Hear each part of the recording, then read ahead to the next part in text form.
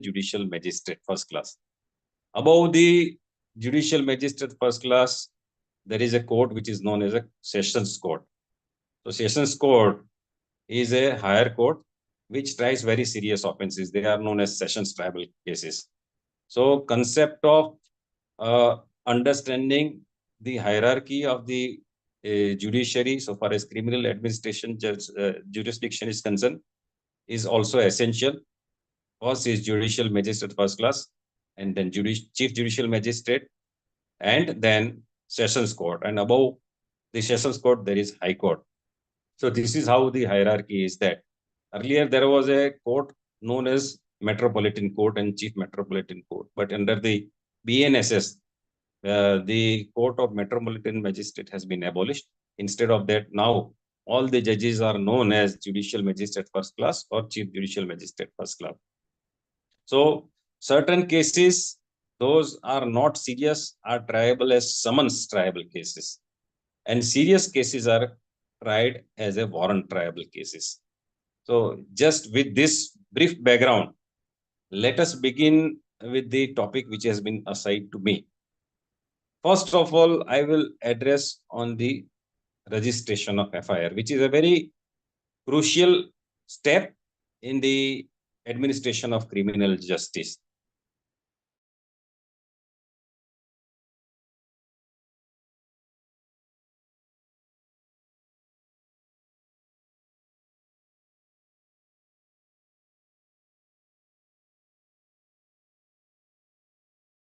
Filing a report which is known as first information. So whoever gives the first information, that is to be required to be reduced in writing, and that is known as FIR.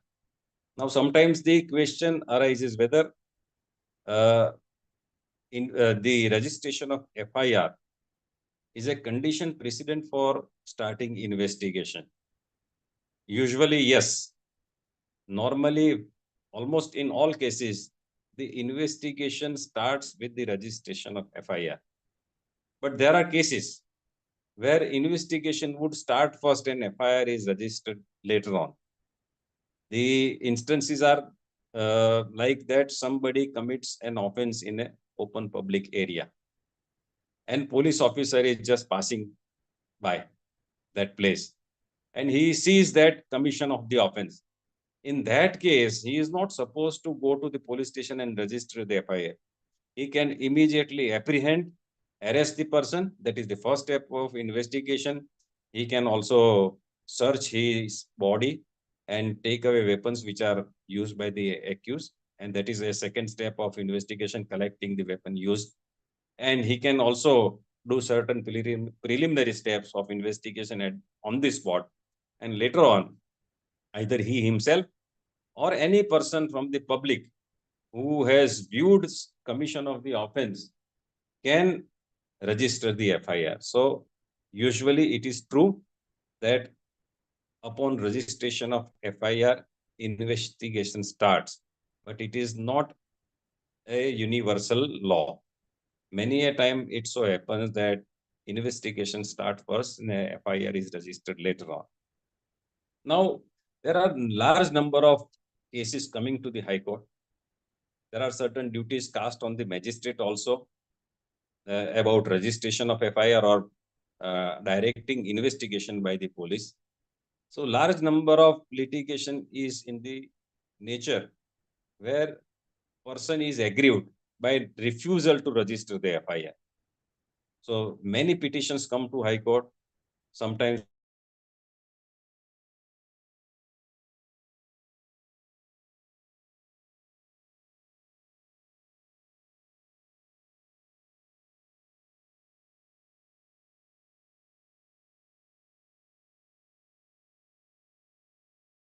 we can compare the old provisions and new provision, but by passage of time now we will have to acquaint ourselves with the new provisions only, because now we are governed under the Bharatiya Nagrik Suraksha Samhita instead of the Criminal Procedure Code. So the registration of FIR, it so happens that when you go to police station for registration of an offense, the police officer sitting there would say that the offense has been committed in another jurisdiction. So I will refuse to register, and he will say that you go to particular police station where the offense has been committed. Now, whether this kind of stand taken by the police officer is proper or not, the answer is that such a stand cannot be taken by the police officer in view of the provisions of BNSS.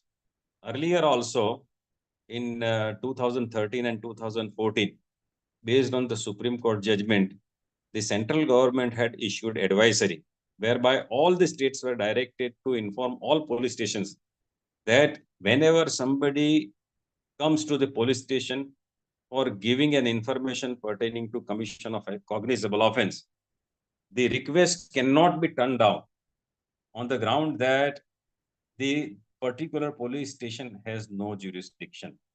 So the concept of territorial jurisdiction is not important at the time of registration of FIR. So despite the advisory issued by the central government and the state government that whenever somebody comes to the police station for registration of FIR, and if the information discloses commission of a cognizable offense, then police has a duty to register FIR. But still, the police continue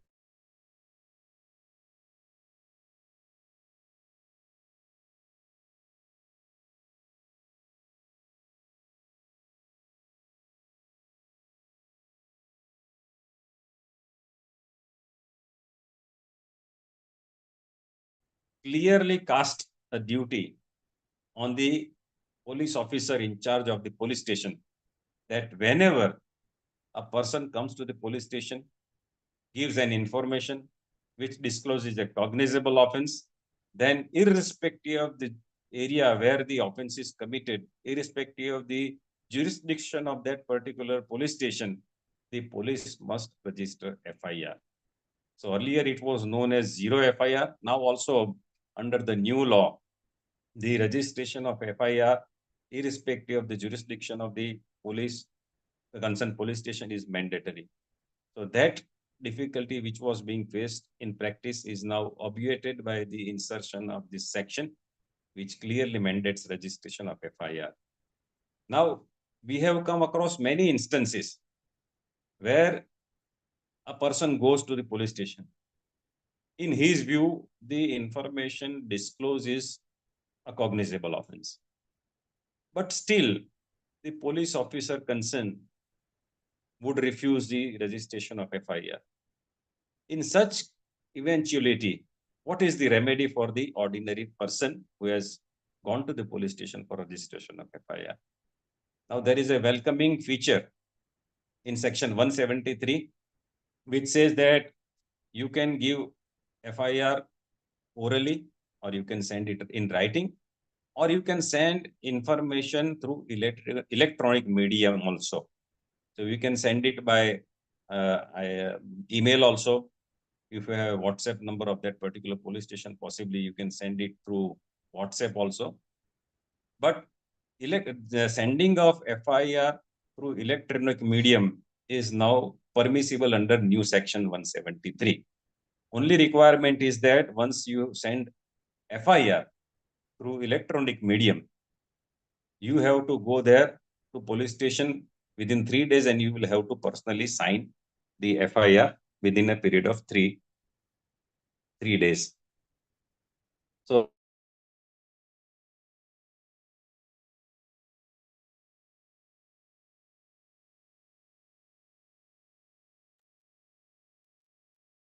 Hello.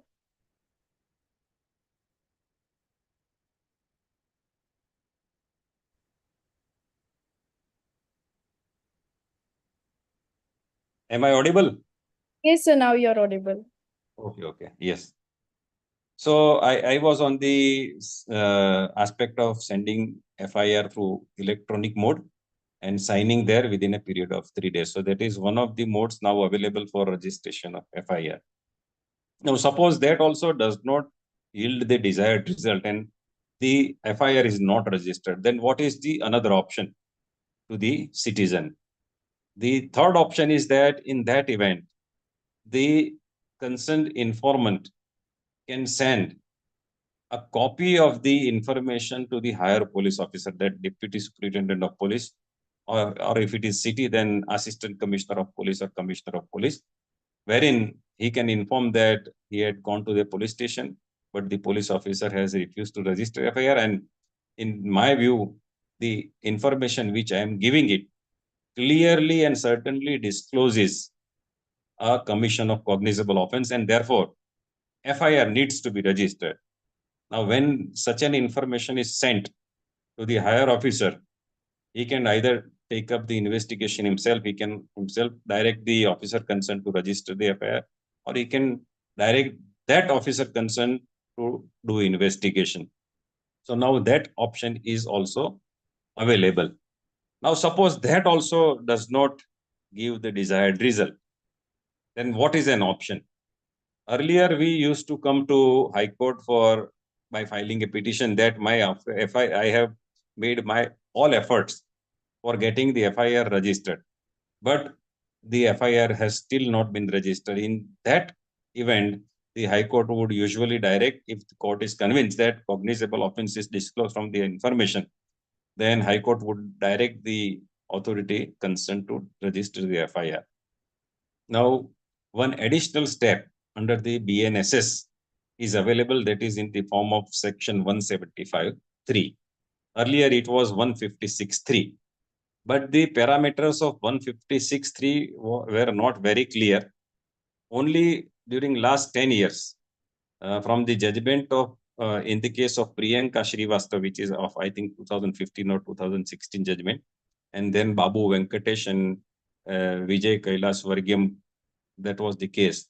So in those cases, the Supreme Court laid down a guideline that suppose you go to register FIR before the police station and he refuses, suppose the higher officer also does not register the FIR, in that event, you can approach the magistrate, jurisdictional magistrate, with an application requesting him to register, direct the police to register the FIR and start investigation. In that case, it was in Priyanka Srivastava and Babu Venkatesh case.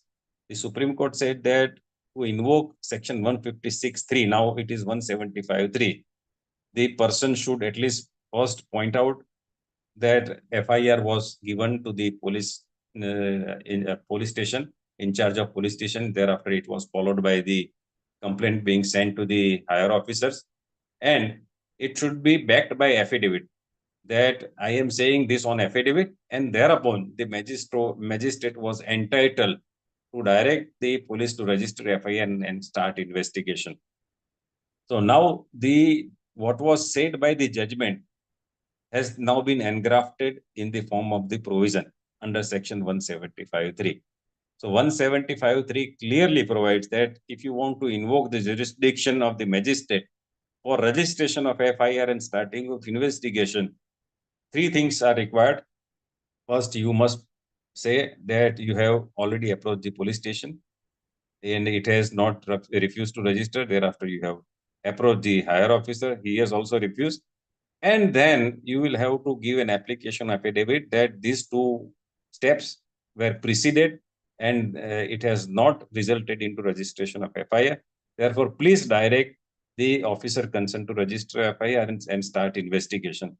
So when such an application is made before the magistrate on affidavit, the magistrate concerned will ask the police concerned to put up his submission, which was not a step contemplated under Priyanka Srivastava. This is a new thing, which is said that even police officers say is also to be obtained before directing investigation by the magistrate. So this is an additional step which has been inserted by the provisions of section 175(3). So when such an application, after hearing the submission of the police concern, it would not be a full-fledged hearing, but it would be in the form of just knowing that what step did you take when person concerned approached you for registration of FIR, and on that report, the magistrate would form an opinion whether FIR needs to be registered or not, and it can direct the police concerned to register FIR. So now the the question of approaching High Court for registration of FIR is not possible because of the self-contained provisions under the BNSS. I must refer to one judgment which is very important on the aspect of registration of FIR, which probably all the participants must be knowing. That is judgment in Lalita Kumari versus Union of India, which is reported in AIR 2014, page 187. In that case also, because there were divergent views that when cognizable offense is disclosed, whether police has a discretion to refuse registration of FIR. So different High Court had taken a different view. There was a judgment of Supreme Court larger bench in Bhajanlal versus State of Haryana. Despite those judgment clearly laying down that if a cognizable offense is disclosed, police must register FIR. So despite that, it was not being followed, and therefore it led to the reference, and the larger bench has clearly, after examining all the provisions, namely old section 154, 156, 157, and all provisions have been interpreted, and then it has been said that once cognizable offense is disclosed, it is the duty of the police officer to register FIR, and it would not be permissible for the police officer to refuse the registration of FIR. But after saying all these things, after interpreting section 154 of the CRPC, 156 and 157, still one concept of holding preliminary inquiry was introduced by a judge-made law. So it said that if the FIR is filed after a very long time, so it is delayed, say by 3 months, 4 months, 6 months, or 1 year, then in that case, whether police officer is bound to register FIR or not, or whether he has a power to hold preliminary inquiry. Then there were cases where dispute were of commercial nature. It is pertaining to land transaction, it might be pertaining to partnership dispute, which has been given color of criminal nature, or there were matrimonial disputes, though actual offenses have not been committed, but still to just take revenge against the estranged spouse, FIRs came to be filed. So in such cases, whether police is bound to register FIR, in that case, a little leeway has been kept open for the police that when the FIR is delayed, if it is pertaining to some commercial transaction, if it is pertaining to matrimonial dispute, then in that event, before registration of FIR, if the police find that there seems to be some doubt about the commission of an offense, then the police was given to hold power to hold preliminary inquiry. Now, on the aspect of preliminary inquiry, I have many things to state. In fact, the earlier code did not provide any legal provision for holding a preliminary inquiry by police. When inquiry word is used in the entire criminal procedure code, it was to be understood that it would be a magisterial inquiry. So police had no power. Police has power of investigation only. So police has no power to hold any kind of inquiry. So the code was silent on that aspect. It neither permitted nor prohibited holding of a preliminary inquiry. But my view is very clear that no such power is there because there is a clear inbuilt mechanism under the criminal procedure code where the apprehension of the person that upon registration of FIR, investigation will start and he will face arrest. That mechanism was already there in the earlier criminal procedure code, and now also it is there. So basically, the concept of holding preliminary inquiry was introduced by the judgment of the Supreme Court of India in Lalita Kumari versus Union of India, AIR 2014, Supreme Court, page 187. Apart from that, there is no concept of holding preliminary inquiry. Now, to what extent preliminary inquiry can be held? Whether in the garb of holding preliminary inquiry, a person or a witness can be called to a police station. whether his statement can be recorded, whether he can be questioned. All these are questions which are required to be answered by authoritative judgment by High Court or the Supreme Court. Where there is a complete vagueness in this aspect. I am of the firm view that preliminary inquiry does not permit any person to be called at the police station. His statement cannot be recorded. The scope of preliminary inquiry is to hold a discrete inquiry from his own source just to find out whether the information is right or wrong. So credibility of the information is not a condition precedent for registration of FIR. The section is very clear, 173 and earlier 154, that as soon as the information discloses a commission of cognizable offense,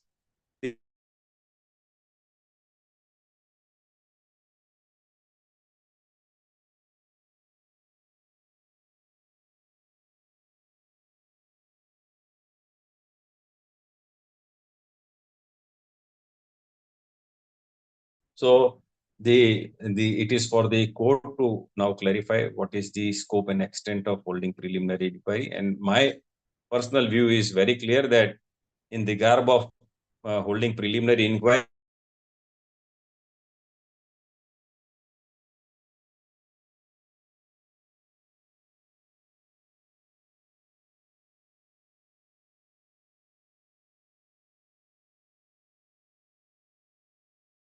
known and foreign to the concept of criminal law. Only thing, as I said, that if he has some doubt about the genuineness of the FIR or the information disclosed in the FIR, then he has to hold discrete inquiry by from his own sources. He has to give him credence that yes, it is genuine, and thereafter he has to register FIR. So this is the concept of registration of FIR. Now, as I said, that there is inbuilt mechanism, because inbuilt mechanism, whether upon registration of FIR, investigation inevitably follows or not. The answer was under section 157 of earlier code, and now it is 178 of the BNSS. So once the police registers the FIR, and if he wants to start investigation, a duty is cast upon him to immediately or forthwith send a report that he would be starting investigation to a magistrate, jurisdictional magistrate. So he cannot begin investigation without sending a report. So the normal procedure at grassroots level is that as soon as FIR is registered, it is required to be given to the informant at free of cost, and FIR needs to be signed by the person who is giving information. And if the police officer wants to start investigation, he cannot commence investigation without sending the FIR to the magistrate concerned, because under the scheme on the abuse of police power, there is a constant check of the magistrate. So magistrate has been kept in picture at every stage so that police does not abuse or misuse its power. So it is mandatory that if he wants to start investigation, he will send FIR to magistrate concerned. Now, since I was talking about the registration of FIR, I also must disclose to all of you that new provision is that if the offense is pertaining to a body of a woman, like rape cases, molestation, and very serious offenses against the body of woman, then in that case, the FIR must be registered by a woman police officer or woman officer. So it cannot be registered by the other male officer. So it's a compulsion under the provisions of law. Only female officer or female police officer can register the FIR. Second important aspect is that when such offenses, like now under BNS 65 to 70, section 70, which pertains to rape, gang rape, etc., pertaining to a body of a woman, then in that case, a choice is given that if person is disabled mentally or physically, then in that case, the woman victim is entitled to insist that her FIR or her statement may be recorded at her residence or a place of her convenience or choice. And at that stage, somebody should be present, a particular officer of the government should be present to register the FIR and recording the statement of the victim. So that is a provision which is a new provision. And most importantly, the provisions also mandates that while registering FIR of such a victim, videography has to be done. So it has to be videographed also in the interest of the victim. So this is a new provision, and you must remember this provision as well. So this is how the registration of FIR takes place. Now coming to the aspect that, as I said, that if police officer wants to start investigation, he has to send report to the magistrate concerned. Now, whether police has a discretion after registration of FIR not to investigate and not to go to the spot or not, spot of offense, the answer is yes. In a given case, if he finds that offense is not that serious, which requires immediately going to the spot and collecting evidence, in that case, he can prefer not to go to the spot, and he can take recourse of earlier section 160.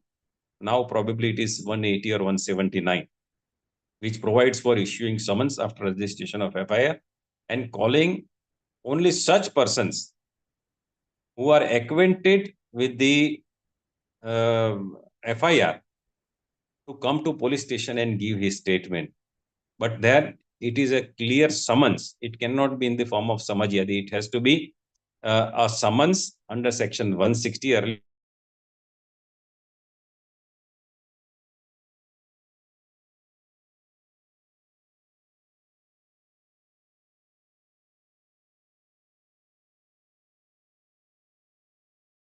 But the provision is there. So basically, when the police thinks that offense is not serious, he can refuse and he can take recourse of the summoning procedure by stating that this summons is being issued to you to give your statement, and that summons cannot be issued beyond two jurisdiction. One is where the offense is committed, so within the jurisdiction of that particular police station or adjoining police station. So summons cannot be issued to any person who is not staying within the jurisdiction of that particular police station or adjoining police station. Otherwise, police has to go to the spot and collect evidence. He has to record statements of the persons who are familiar with or aware of the commission of the crime.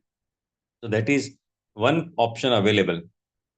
Now the second question, whether after registration of FIR, police is entitled to refuse commencement of the investigation. The answer is yes. Earlier section 157 and now corresponding section. And the BNSS clearly contemplates that if the police officer, investigation officer finds that yes, she disclosed a cognizable offense, therefore it is a mandate and therefore he has to register the FIR. But still, if he finds that he has some doubts and he thinks that there seems to be some frivolity involved in it, he can say that I would not like to commence the investigation. In such case, he has to send a report that he would be not commencing the investigation despite the registration of FIR to the magistrate concerned. So magistrate concerned once receives the report, earlier under section 159, he was himself entitled to consider the report, and if he finds that cognizable offense has been committed and police has not rightly refused to commence the investigation, he himself, magistrate concerned, himself can start investigation. He can depute any other person to do investigation, or he can ask the police officer concerned to investigate the case. So there was a remedy. So please remember that in Lalita Kumari, the scope of preliminary inquiry as such was not required to be kept open because there is sufficient checks and balances available under the provisions of the uh, CRPC. Just a minute. I think there is some problem with the.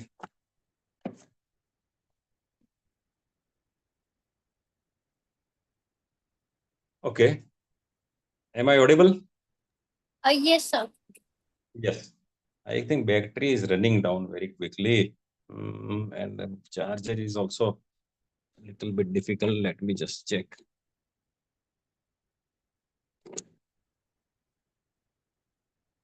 Today doesn't seem to be a good day for me because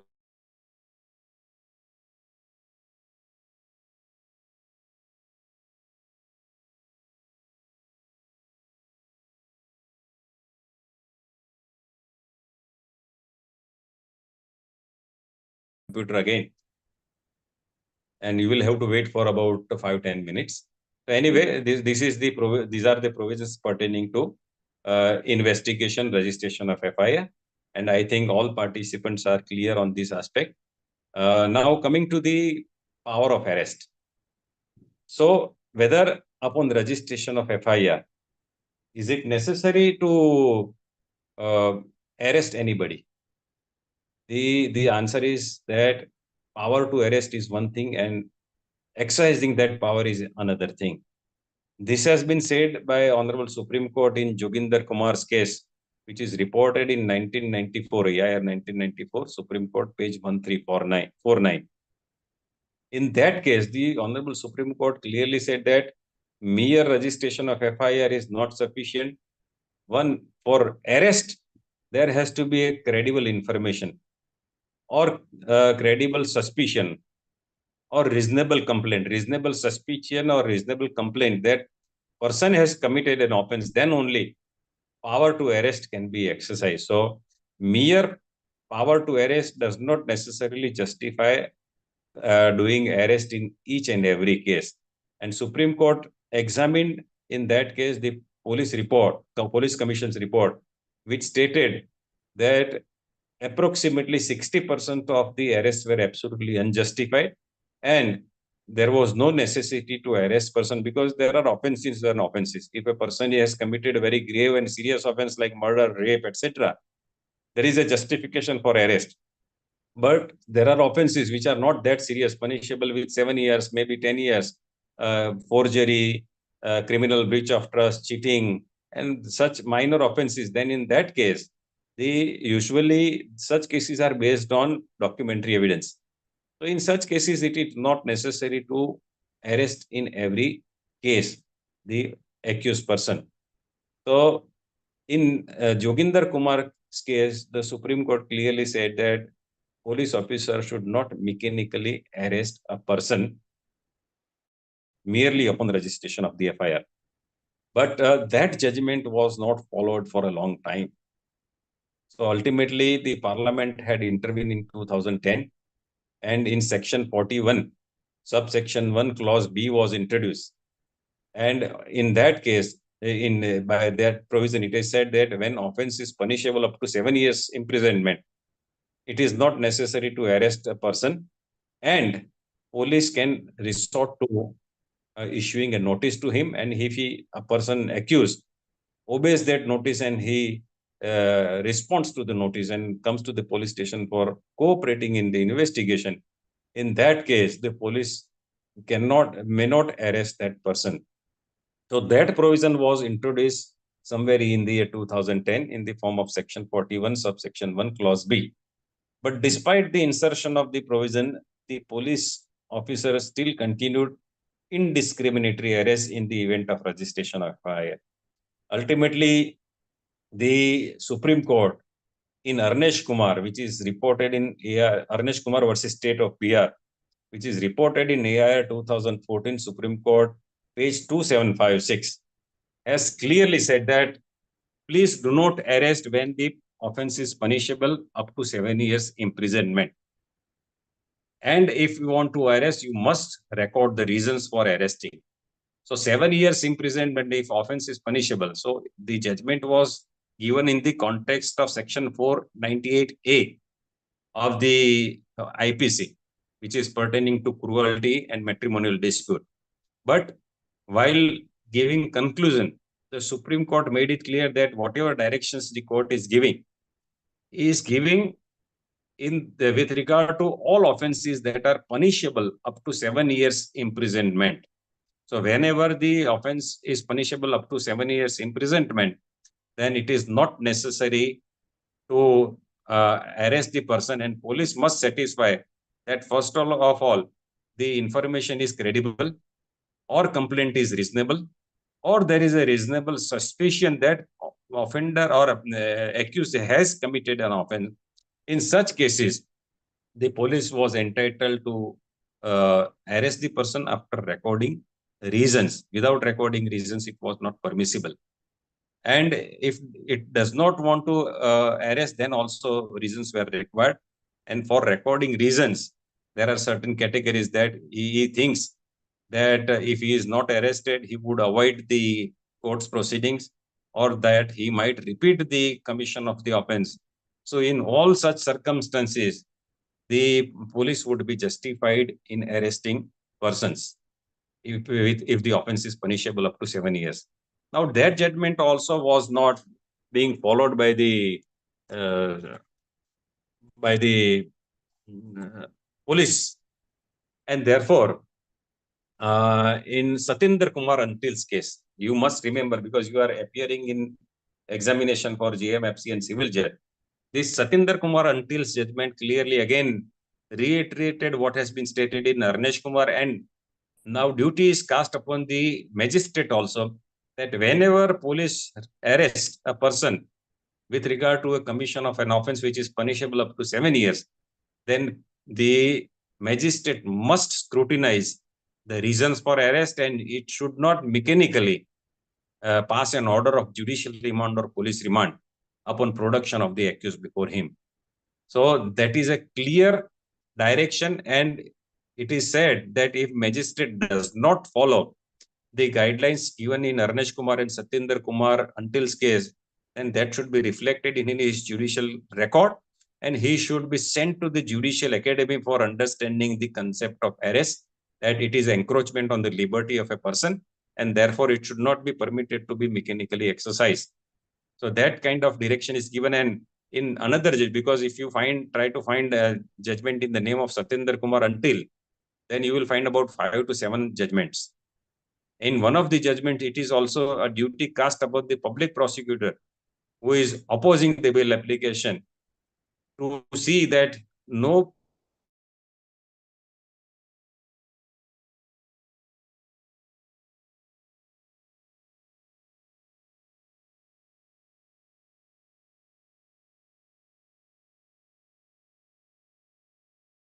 to be taken against the public prosecutor. So please remember this, that whenever the offense is punishable up to 7 years imprisonment, police must justify the arrest, and it is impermissible to police without recording reasons and without any justification to resort to the mechanism of arrest. I think my mobile battery is running down. I will try to join within 5 minutes from my computer. I will try my best. Let me try. Thank you. Just wait there. Yes, sir. Everyone be there in the meeting. Sir is trying to join from the laptop.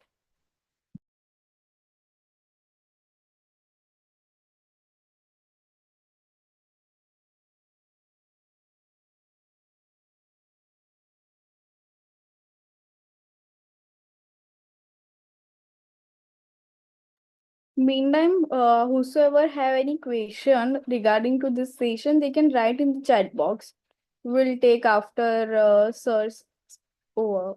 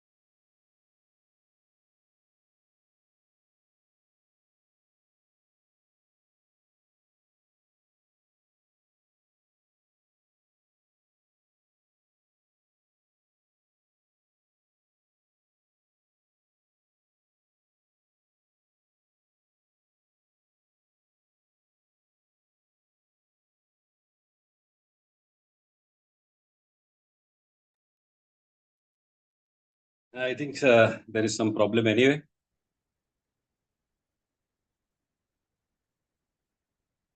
Anyway, I'm trying still some amount of battery is there.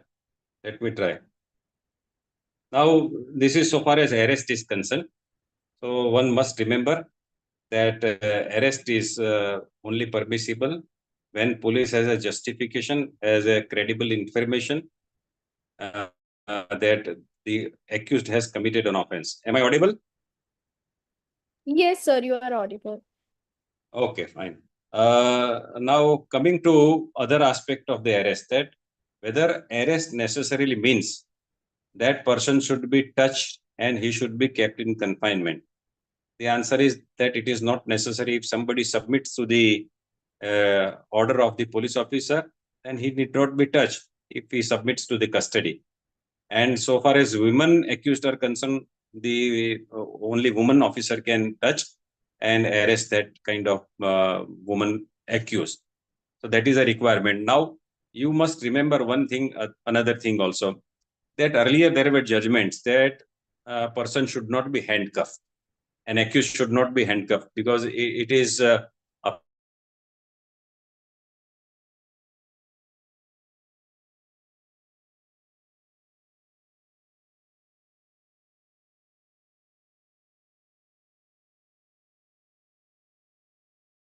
judgments that has clearly said that the person should not be routinely handcuffed and they should not be brought to the magistrate's court in handcuff position.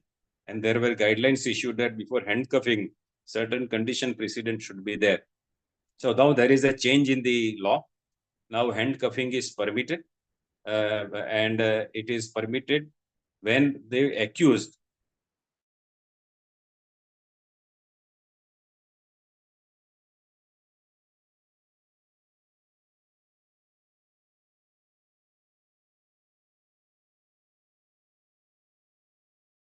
for the magistrate also. This new provisions permits handcuffing of an accused in the circumstances mentioned in the new section. So now handcuffing is not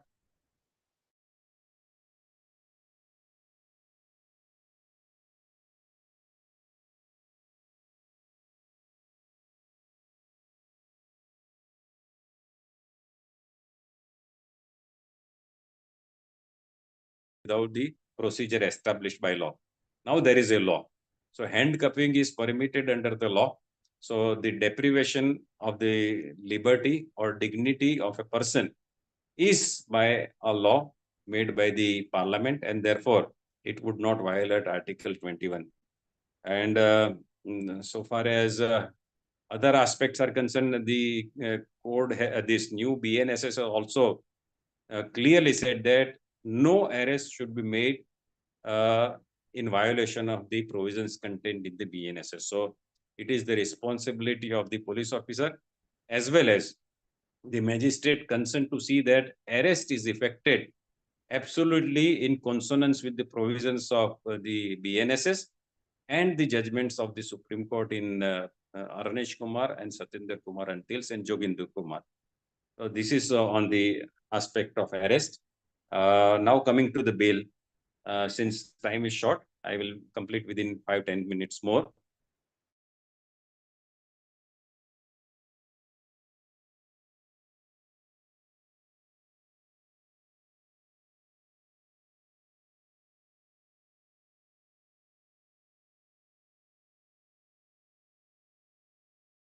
If he is willing to give bail, he should be enlarged on bail. Now, in practice, we have seen that whenever in respect of bailable offense also, if somebody is arrested, the tendency of the police is to produce him before the magistrate. In my view, that practice is incorrect. And when you become magistrate, you should also not encourage such practice, because that the police officer is given the power and there is a mandate that if a person is, if the offense is bailable, then subject to the provisions of both bail, means if it is available matter, it is a matter of right. And if person is willing to furnish bail, then he should be enlarged by the police himself and he should not increase the burden of the magistrate. So that is a very important provision so far as the bailable offenses are concerned. So there is a section, the provision pertaining to bail also, which clearly, so there is one section which is in the chapter pertaining to arrest, which also mandates that person should be produced within 24 hours before the magistrate. And if it's a bailable offense, police officer himself should enlarge him on bail. And if person appears before the magistrate directly, then in that case, he should be enlarged by the magistrate concerned on bail, and he has a right. Now, so far as non-bailable offense is concerned, it is the general impression that in non-bailable offense, bail cannot be granted. That is not correct. Non-bailable offense means it is not as a matter of right. It would be discretion of the court as well as the police officer. Now, most of us are laboring under the impression that police officers has no right to grant bail in respect of non-bailable.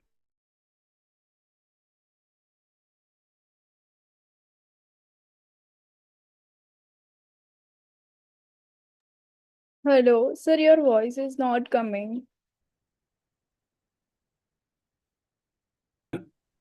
Earlier section. Now, is it okay? Yes, sir. The difficulty is that I am talking from my mobile phone, so I am holding it in my hand. So sometimes it is accidentally put on the speaker, so my voice would get cracked. Anyway, so so far as non-bailable offenses are concerned, if you read the earlier provisions of section 437 and now section 478, 478, I think 478, yeah. So it clearly provides that during first 24 hours, if certain conditions are satisfied, then even in respect of non-bailable offenses, police officer has a discretion to enlarge on bail. In practice, this section is never being followed, and persons are invariably produced before the magistrate, and magistrate concerned would take decision whether in non-bailable offenses bail should be granted or not. So earlier section 437 was there. Now there is a corresponding provision to section 437, which is also identical, where it has been said that magistrate is entitled to grant bail upon production of the accused if person directly appears or submits to the custody of the magistrate, then also he can be enlarged on bail in a non-bailable offense. But the power of the magistrate is little bit restricted by certain provisions, that it offense is punishable with life imprisonment or death sentence. Then he is not entitled to grant bail unless he is satisfied that person concerned has not committed any offense. Then that restriction is not there. Otherwise, in respect of offenses punishable up to 7 years or 10 years, he is entitled to grant bail. But only in respect of death sentence and offense is punishable by, with life imprisonment, he is normally not entitled to grant bail. But if prima facie is of the view that no offense is at all constituted, then that restriction is also lifted. That restriction on the power of the magistrate is also lifted in respect of a woman accused, an infirm accused, or disabled person. So if accused is such category of person, then also the magistrate is entitled to grant bail in respect of non-bailable offenses also. So non-bailable offense does not mean that bail cannot be granted. Now next provision is that suppose magistrate does not grant bail. Usually when accused is arrested, within 24 hours, he is to be first produced before the magistrate. And then magistrate concerned would take decision whether he should be sent to judicial custody or police remand, which is a police custody. Under the law, maximum period of police custody is contemplated is 15 days.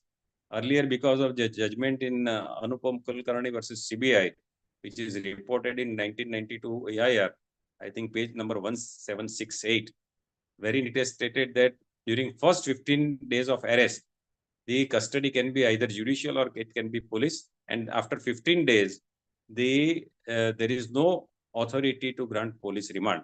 Now, new provision is there, which provides that in certain categories of cases during first 40 days, the person can be sent to police custody or judicial custody. In certain category of cases, within first 60 days, there can be either judicial custody or police remand.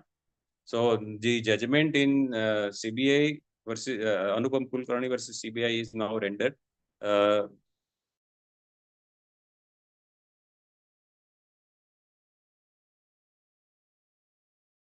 with regard to the new provisions. So that is how the provisions of remand is there.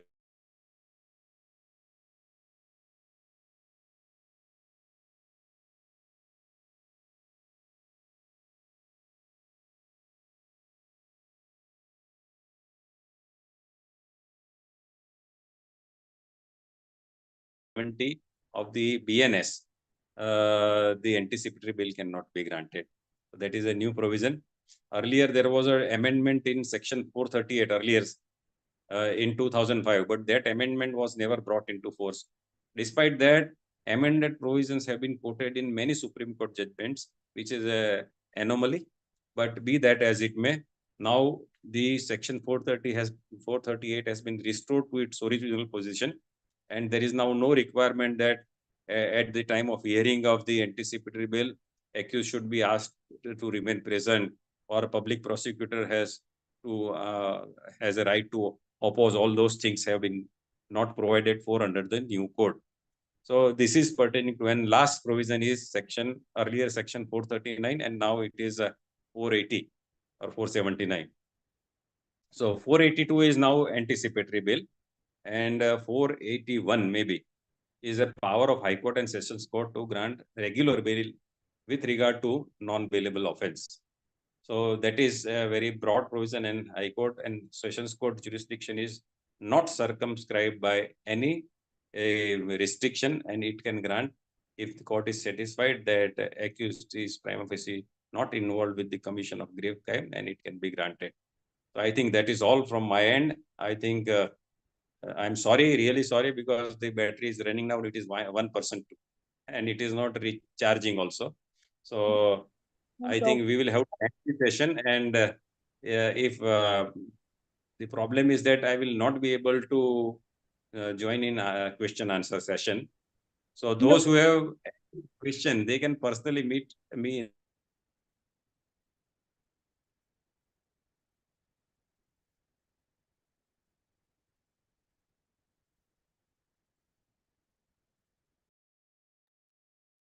Hello.